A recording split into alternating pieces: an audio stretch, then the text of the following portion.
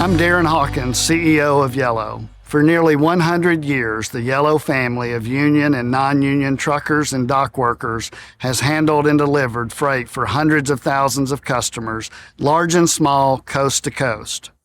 Today, our 30,000 jobs, mostly union jobs, are in serious jeopardy because the leadership at the International Brotherhood of Teamsters refuses to come to the table to discuss the future of our employees.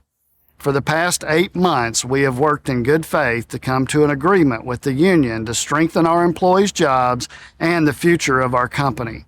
Yellow is just one of 3 major unionized companies remaining in the less-than-truckload business. 6 other union companies have gone belly up in the last few decades, in large part because they couldn't compete with non-union carriers. Yellow is trying to stay in the game for our employees and customers. We're working to modernize our company to compete in a way that aligns with the union, but their leadership still refuses to meet. Surely, Teamsters leaders don't want their members or employees to lose their jobs. Our folks are good, hard-working people who want to earn a fair wage. At Yellow, we're raising wages twice this year. Our average driver earns more than $65,000 a year. Some make more than $100,000, and we offer full family benefits, the best the industry has to offer. Our Yellow employees live in every state across our nation, including here in Tennessee, where we employ nearly 1,500 people. We have filed a lawsuit against the International Brotherhood of Teamsters. We do not take this action lightly, but their leadership has left us with no choice. We are now fighting for the livelihood of our 30,000 employees. We will do all we can to save these American jobs. While union leaders come and go, Yellow has been around a century. Responsible leaders work together to create opportunities and maintain jobs. We are ready and willing to talk, even as we remain firm in our resolve. We simply cannot let these jobs in this company go without taking a stand. Thank you.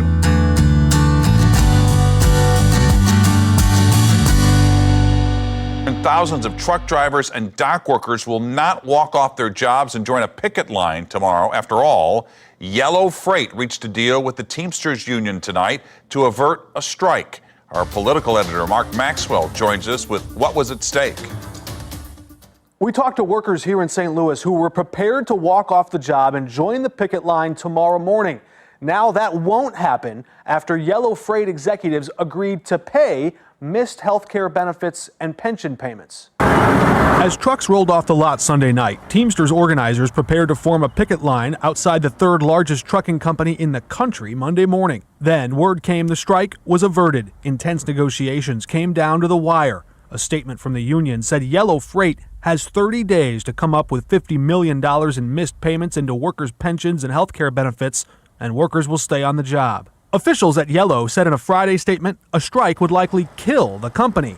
Executives blamed the union for blocking its restructuring plan to try and modernize and said the company might run out of money next month.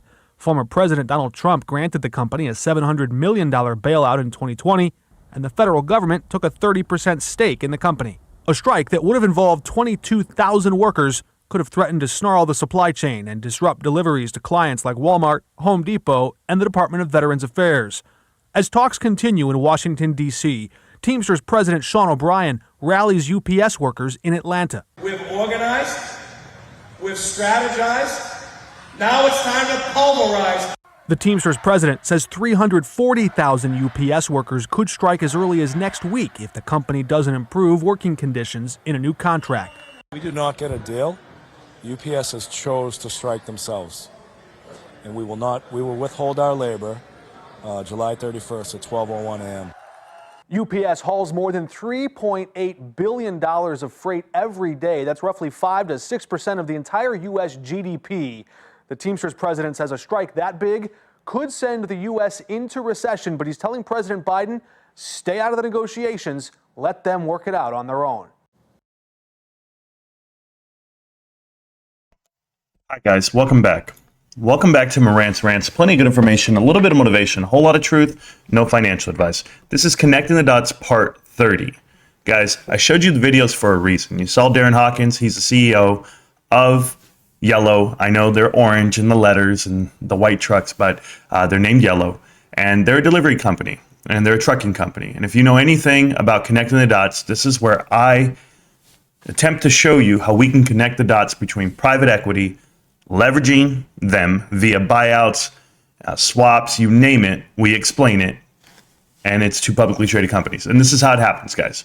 So we've focused on Apollo and Shocker. This is Apollo 101. Guys, I know Sean O'Brien is there telling you he wants to pulverize. It's time to do it. They strategize and they're ready to do it. So I'm just going to tell you right now, Yellow, if you're a Yellow employee, if you are an executive there, or if you're a family member, please watch this video. I want you to understand what happened to your company. I'll also tell you at the end how I feel what will happen moving forward. We're batting 1,000 as in to tell you how the company's going to play out. Watch Connecting the Dots. This is part 30. Obviously, you've missed 29 other episodes, but I promise you, you're going to want to dial in here, guys. This is amazing what's happening at Yellow. All right, so I'm going to take myself off the screen, and we're going to do it. So here you guys go. This is PowerPoint presentation by myself, Marantz Rantz. This is Yellow Freight, Connect the Dots Part 30. This is a shout out to Pep. If you guys don't know, Peppered with Salt, who is a huge supporter of me when I first started on YouTube. He was a guy that I used to interview. I did interview once on the channel over a year ago, and he owned a freight truck company. And he told me how he had signed a deal with GameStop to transport all the goods. And he talked a lot about it. He talked about what the LTLs are, what an FTL is. He let me know some things, but this is the third largest trucking company in America, period.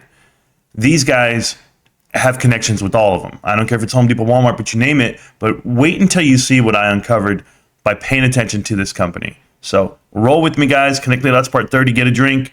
This will not be a short one. I put a lot of work in. Let's go. First, let's look at the stock price. Now, this is as of yesterday. Today, I didn't grab it only because I had made this slide the other day. But just to give you a good ballpark reference, over the last 10 years, this stock has dropped from $30-something a share all the way to 63 cents a share just the other day.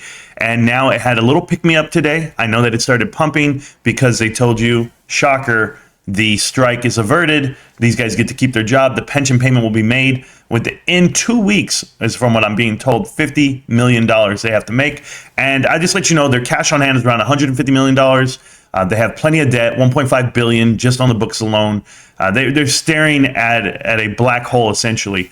But they've done it before, okay? And we'll talk about that right now. This is in 2009, they averted bankruptcy. They really did. They had lost $900 million. Housing crisis, you name it. So much stuff was going on back then. But if you know what happened, they were called the YRC back then, worldwide. They went ahead and exchanged their debt for equity. 94% of their equity was exchanged for the company itself, for the shareholders, and they diluted the existing shareholders. So they have actually scrubbed this company before, back in 2009, and that was with Jim Hoffa. It's not actual Jimmy Hoffa, but it's his son, Jim Hoffa Jr., who has been on the board of directors for Yellow even up to today. He had just stepped down at 70 years old a year ago, I believe, something to that effect. But they had a deal, done with bondholders, and that's how it went. They were going to hold a protest, and it said it was too cold for the union members to protest the hedge fund, and that was because they were in New York, and it was Bridge Capital Management in New York. But if you read the bottom, it says, if approved, the deal, this is exactly what they did. They actually lowered their pay. They took a pay cut 10 years ago, 15 years ago. The employees of Yellow, the Teamsters themselves, agreed to this. They took a pay cut. The union employees will receive options for up to 20% stake in the company. So this is not a very educated pay cut. They're willing to take the pay cut, 5% over the next 2 years is what they did. And it saved the company $45 million a month, but they agreed to take a 20% stake in the company, i.e. the employees are going to receive shares instead of pay. Guys, how much are those shares worth today? It's been a steady decline over the last 15 years, and that's because it was not meant to happen this way. They should have went bankrupt back then, but they didn't, and they made a deal with the devil. Now here's the new deal. This is well before any other deal you see, and we're going to talk about that in a minute. YRC Worldwide announces new term loan agreement. They took a loan out 9/11 of 2019, $600 million from Apollo Global Management. Guys, I can't write it myself. $600 million. What did that lead to? Well, it led to being set up for the pandemic. As you see here in 2020, President Trump bailed out the company with $700 million on a pandemic relief loan. In exchange for the federal government took 30% stake in Yellow. The government owns this company. Why in the world would the government come and support and save a trucking company? Well, if you read right here, the Nashville, Tennessee-based company, formerly called YNC, whatever, Yellow, not significantly repaid the loan, which is part of a $1.2 billion in debt, is scrambling to refinance before it comes due next year. That's right. Next year, the payment is due. They actually owe $1.2 billion debt, and guess who leads that group? It's Apollo Global Management, dragging this company to the ground. But as you look at it, in April 2022, I'm so sorry, it's small for my screen, Democrats and Congressional Select Subcommittee, they went ahead and released a report claiming that the loan violation in terms of the CARES Act. So the fact that Donald Trump gave them that much money, they said, got the loan on national security grounds, and it was a false claim. They're letting you know it's false claims and that they were accused of overbilling the government and making false statements. So this company has been accused of overbilling. Now, you get $700 million. Where are you putting that money? Should it be going back to the employees, back to the drivers, back to the infrastructure of this company? You would think so, but that's not how it happened. But I want you to know where your money went, and I'm going to show you where your money went, Yellow. So please pay attention, because this is the part of connecting the dots that we do. This is why we have the series. This is what it explains, the web of America.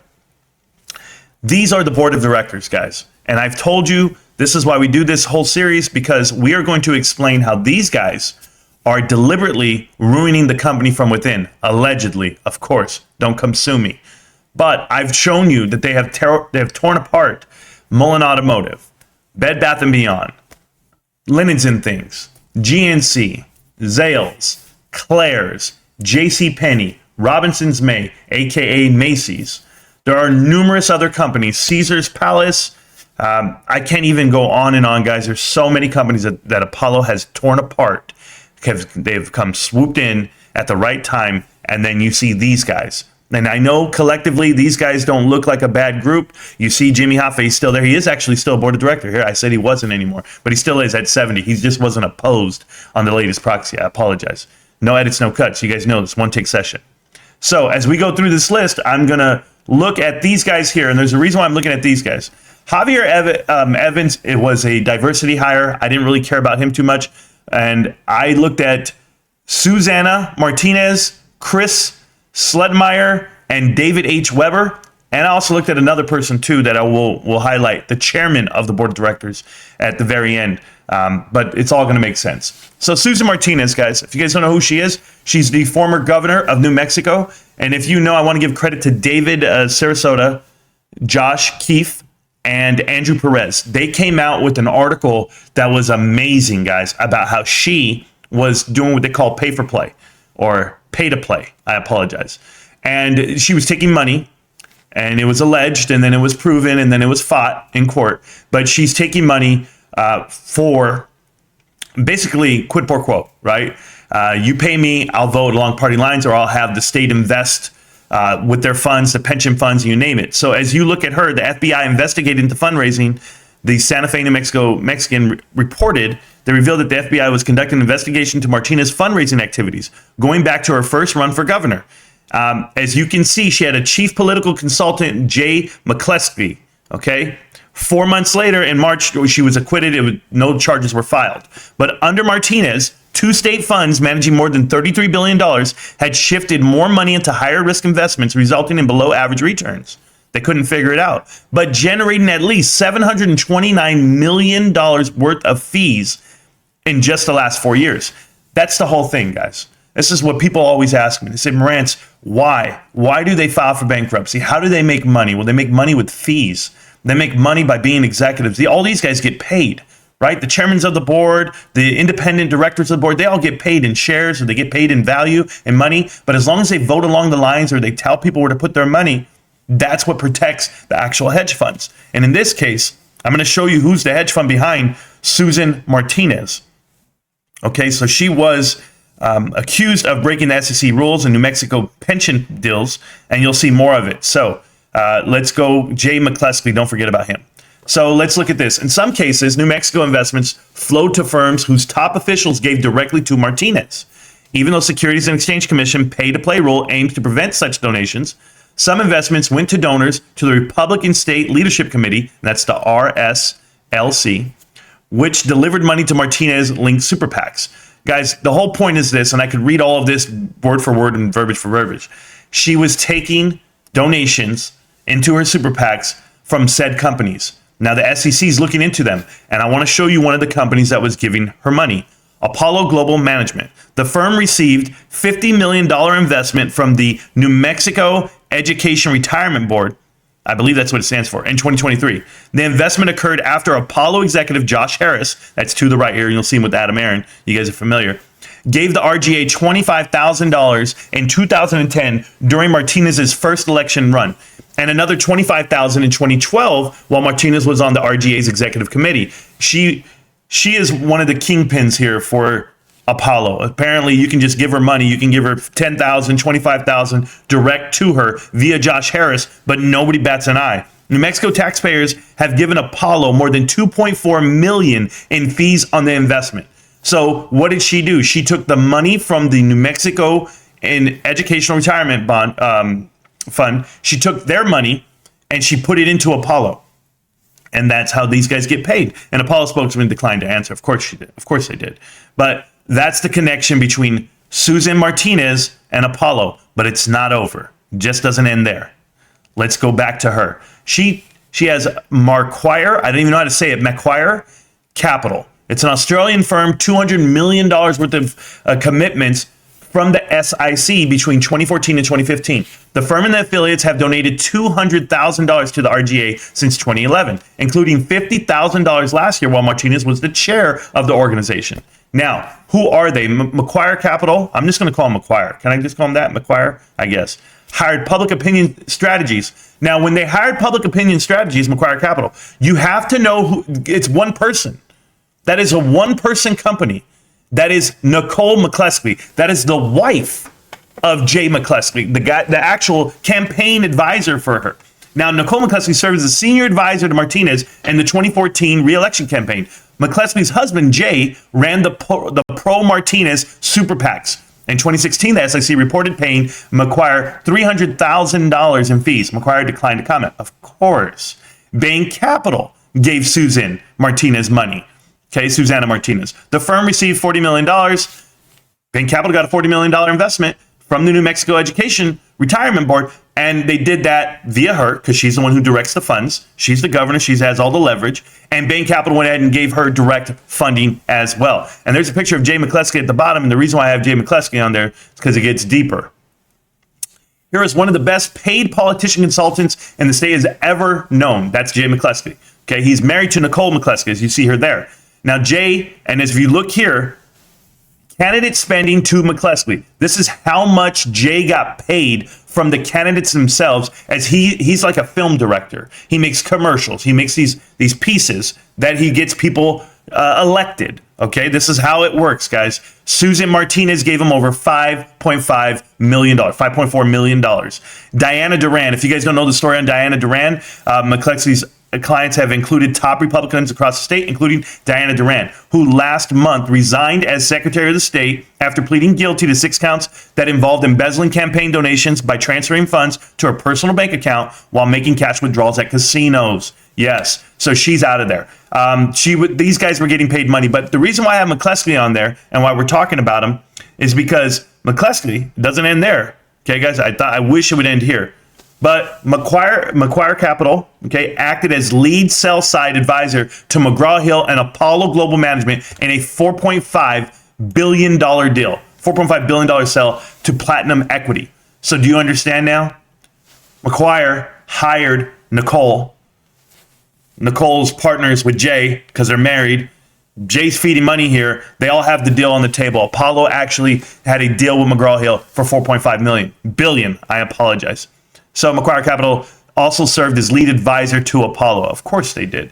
So if you read at the very bottom here, it says in the new role, this guy up here to the right, he's worked for both companies. Just to give you an example, he worked for Macquarie Bank and then Apollo. So I'll just give you an example there. And I just wanted to show you how it all worked out, that deal. But it still gets better. McCleskey, this is Jay McCleskey, the guy who makes all the commercials, the film director, all of that. Okay, he helps people get hired. He helps people get promoted. He helps people get elected, if you're understanding what I'm trying to tell you. In 2018, McCleskey served as a media consultant for a Republican Governors Association in multiple states, including for the governor, John Sununu. I do not know how to say that last name. Sununu. I don't even know how to say his name, but I'm telling you, this family is deep ties. This is all the way up the chain, all the way to the government. There's a reason why we're following the money here. This young man, John, has sons, and his sons are political components too. I mean, they run for governor. Both of them run for governor. They're doing their thing. This guy here, if you read right here, the reimbursements on the commercial rates, which 1/10 of the actual cost, he was tried. He went under investigation for expenses controversy. He resigned over it. And look what it tells you. He went to Vail, Colorado, and alone he cost $86,000 to the taxpayers. And why? Because he was traveling to Vail, Colorado. You guys know what's in Vail, Colorado? Vail Resorts. I'm just telling you, and this was the year that Apollo owns Vail Resorts, but I'll leave it there. Because here's what I want to tell you. This guy, the older guy, John Sununu, whatever his damn name is, John's son, I'm just going to call him that. He is the national co-chair of Mitt Romney's presidential campaign. So there's a reason why McCleskey's working for him. Jay McCleskey is helping him, trying to get his kids promoted, get elected to governor in all the states around the world, because Mitt Romney gave Bain Capital also gave money to Susan as well. So I'm just showing you the connection. And of course, McCleskey, if you don't know, he helped get the Republican Governors Association independent exposure from Arizona. He got Douglas Ducey. If you guys don't know Doug Ducey there, he got him promoted or elected. I apologize. He got him elected with all the media that he does. This is Jay McCleskey. And if you don't know who Douglas Ducey really is, Douglas Roscoe, right? Hey, that's his real name, Douglas Roscoe. But his mom married a guy. They got divorced. The guy adopts him. He takes his last name. You know who the guy is? Michael Ducey. Michael Ducey is Doug Ducey's stepdad or adopted father. Yeah, Michael Ducey is an independent director at Apollo Global Management. I'm just telling you how this is why we connect dots, guys. If the individual that's getting this guy his position, Doug Ducey, Jay McCleskey is getting him the deal, right? Nicole McCleskey is getting Apollo the deal with McQuire, whatever the hell their group is. $4.5 billion. All of this is happening, and it has all ties to Apollo. But that's just the surface. That's not even the deep stuff, guys. I'm just showing you who she is, who this young lady, Susanna Martinez, if you have her on your board of directors, okay, at Yellow, understand all her ties to Apollo are there. But she's misappropriated campaign funds, allegedly. She's been tried for this pay to play. And you wonder where your money's going, Yellow. I'll tell you where your money's at. It's hard to find right now because you're meant to fail. And you guys don't understand that everyone's against you yet, but you're going to find out the next piece. Because this young lady, not only did she have all these relationships, and as you read it all here, I don't even know how to say it. It's called Earnvest. Earnvest is a power company that's out there. And Earnvest went ahead and gave her direct money. And if you know what Earnvest did, and of course the New Mexico Education Retirement Board, they went ahead and gave Earnvest $37.5 million. But if you know about Earnvest and you're going to figure out this, ex-Apollo executive firm offers to buy out troubled energy fund, which was Earnvest. Okay, so the ex-Apollo guys went ahead and bought it out. It's just direct ties. But we're going to go to the next guy. This guy's fun. This is Chris. I'm going to call him Slut, even though it's spelled Soltemeyer. That's his real name. And this guy's big time, okay? Now, the Yellow Company, the YRC Freight, named Carrier of the Year by Walmart Transportation. You want to know why? Because this guy worked for Walmart for 30 years. But Walmart uses Platform Science hardware for the new driver application. Walmart signed a contract with Platinum Science for their trucks, okay, for the application that they use. Guess who's chairman of the board of Platform Science? This guy. So not only did he work at Walmart for 30 years, he's willing to take that that spot right there. Right after he retired at Walmart after 30 years, he went and became chairman of the board for Platform Science. Then he brokered the deal with Platform Science and Walmart. There it is. But he's also on the board of directors at Duke Realty Corporation. He's been at Duke. And New York City investor buys Duke Realty City portfolio for $103 million. Do you know who bought the portfolio at Duke? The fund managed by Apollo Global Management purchased 6 Duke Realty Corporation office properties in the greater Cincinnati for $103 million. Do you know why he's there?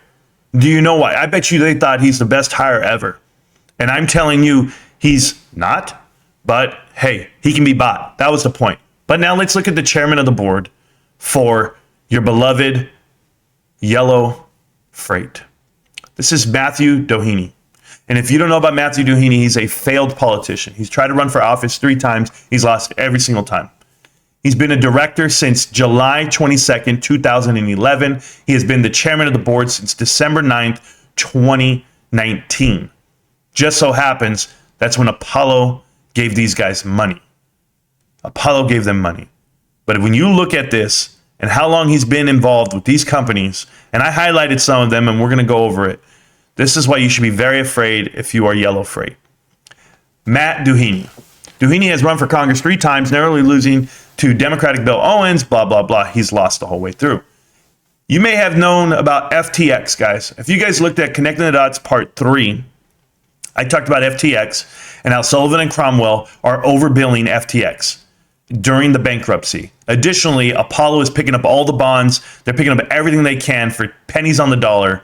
They're going to pounce on that bankruptcy and make many more millions of dollars like they already have every month. I believe it was like $20 million Sullivan and Cromwell were making. But when you look at the FTX may have more than 1 million creditors. That's wild, right? And that's all because you have the GUCs and you have all these individuals who actually own, I guess, intellectual property at this point, because cryptocurrency is what. But if you read this, the new CEO, John Ray, has appointed a new slate of directors at each of the main companies within FTX to guide them through Chapter 11, including a former federal judge. But when you read, FTX new directors have lengthy resumes with major restructuring experience. Hey, how you doing, Matt Doheny? You have major restructuring experience. And why? Because they hired Matthew Doheny, who has worked on restructurings at companies including GMAC, Rescap, and Eastman Kodak. So of course, guys, if you see FTX there and you see that it's the new guys, then you know it's Apollo. I'm just letting you know. So Matt Doheny is not getting a pass from me. He's still at FTX. He's still on the board of directors there, and he's the chairman of the board at Yellow Freight. And guess who owns the bonds of Yellow Freight? Apollo as well. On May 14, 2012, the company filed for a prepackaged bankruptcy that included blah, blah, blah, Ally Financial. We've talked about Ally Financial before, and that's GMAC Refinance. Remember, GMAC is one of the companies out there with Ally Financial that got a government buyout. They did, the Department of Treasury, and that's for the automobile industry side of it. But if you know, I believe it's Cerberus Capital who owns them at the time. And then Kodak, of course, filed for bankruptcy, and they took some financing. They took a bond deal, a loan, $300 million loan from KKR. He was involved with that as well. So private equity is written all over Matt Doheny. But if you look at his Texas partnership, guys, this article, you guys can Google this. I could not link it all. I couldn't get it all in this spot.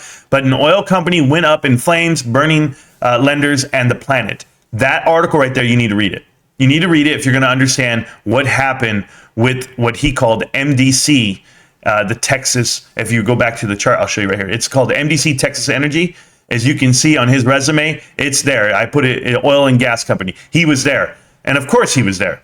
And why do I tell you that? Because at the time frame that he was there, Apollo Global Management took over the loans from Fortress. And in the summer of 2018, Riverside Holdings, a private equity firm with a credit arm, seemed ready to refinance the Apollo loan side. So they went and did their dirty work over there. And of course, he was there. He had a footprint there as well. So we just follow your chairman of the board here, and then you'll know what's happening. Apollo Funds completes acquisition of Great Canadian Gaming, names Tony Radio as CEO. But if you read this, Tony Radio as CEO, okay, Apollo hires this guy, and they complete the acquisition. Do you know where this guy comes from? This guy comes from Caesars. And we all know the deal with Caesars. If you guys don't know, go read the book called Caesar's Coup.